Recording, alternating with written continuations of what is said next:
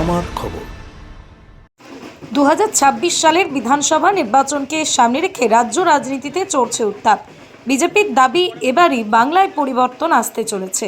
সেই লক্ষ্যেই জোর কদমে প্রচারে নেমেছেন বোলপুর বিধানসভার বিজেপি প্রার্থী দিলীপ ঘোষ। সকাল থেকেই বোলপুর বিধানসভার বিভিন্ন এলাকায় প্রচারে ব্যস্ত দেখা গেল তাকে। সাধারণ মানুষের সঙ্গে সরাসরি যোগাযোগ, বাড়ি বাড়ি গিয়ে প্রচার, সব মিলিয়ে জমে উঠেছে নির্বাচনী আবহ।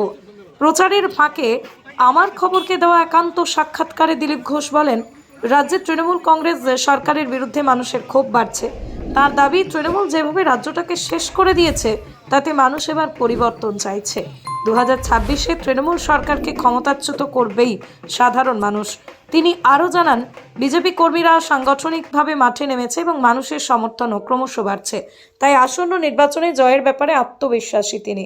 এই সবার সঙ্গে সবার বিকাশের ভাবনা নিয়ে আর আমি সেই দর্শন নিয়ে মানুষের কল্যাণের জন্য যা যা করণীয় আমার রাজনৈতিক দলের সিদ্ধান্ত অনুযায়ী ভারতীয় জনতা পার্টি আমার পার্টি যেভাবে করাবে, আমি মানুষের বার্তা, মানুষের চাহিদা, মানুষ কি চায়, কি করা প্রয়োজন, সেগুলো দলের কাছে রাখবো।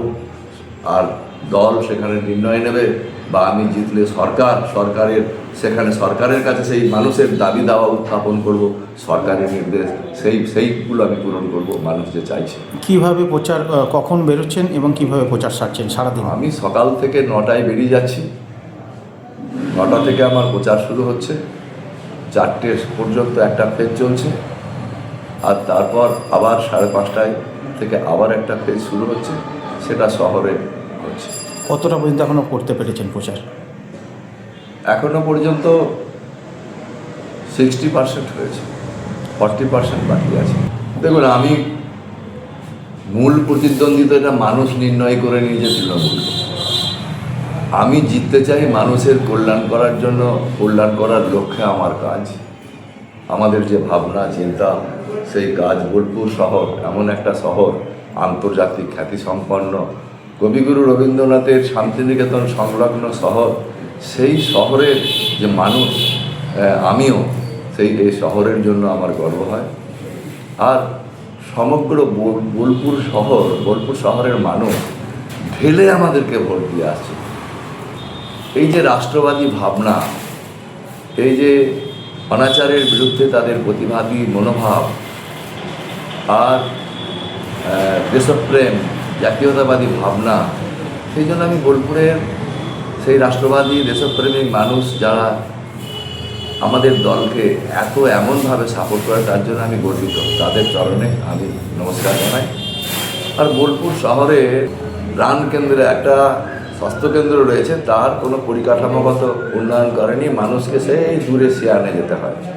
অথচ বোলপুর শহরে মানে কোনো দানের টাকাতে হয়নি। এখন তো যারা জমির দালালি করছেন, দানের মানে ওই হাসপাতালটা দানের টাকায় হয়েছে, দানের টাকায় জায়গাটা দান করা।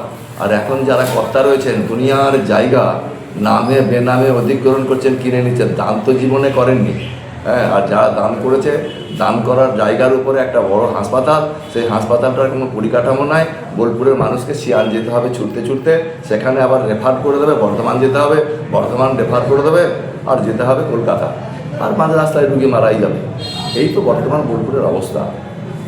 আর বোলপুর শহরে ড্রেনের জন্য কেন্দ্র টাকা দিয়েছে, আর সেই ড্রেন কোনো অবৈজ্ঞানিকভাবে এমনভাবে সেই ড্রেন করেছে যে বৃষ্টি হলেই বোলপুরের হাট জলের তলায় চলে যাচ্ছে। হ্যাঁ, গাড়ি ঘোড়া মানুষ, সেখানে অ্যাক্সিডেন্টের সম্ভাবনা রয়েছে, একটু জল হয়ে যাচ্ছে গোটা বোলপুর শহরে, এমন ড্রেন করেছে। তো এদের লক্ষ্য খালি লুট করা, ডেভেলপমেন্ট নয়। মানুষকে ভর্তি দেওয়া, মানুষের সঙ্গে মিথ্যাচারিতা করা, প্রতারণা করা, ঠকবাজি করা, ধাপ্পাবাজি করা, এটাই এই সরকারের কাজ। এটা জনগণ বুঝে নিয়েছে। কতটা আশাবাদী আপনি এবারে? 100%। ওরা হেরে গেছে, মানুষ ওদেরকে প্রত্যাখ্যান করেছে, শুধু সময় এবং দিনের অপেক্ষা। সোনার গহনায় গল্প বলে যাওয়া ভরো জুয়েলার্স, অনুপম স্পর্শের ছোঁয়া, মায়ের স্নেহ, কন্যার সাজ, প্রতিটি রত্নে ভরো জুয়েলার্স। ভরত জুয়েলার্স, গুণমানের অঙ্গীকার, শান্তিনিকেতন রোড, বোলপুর।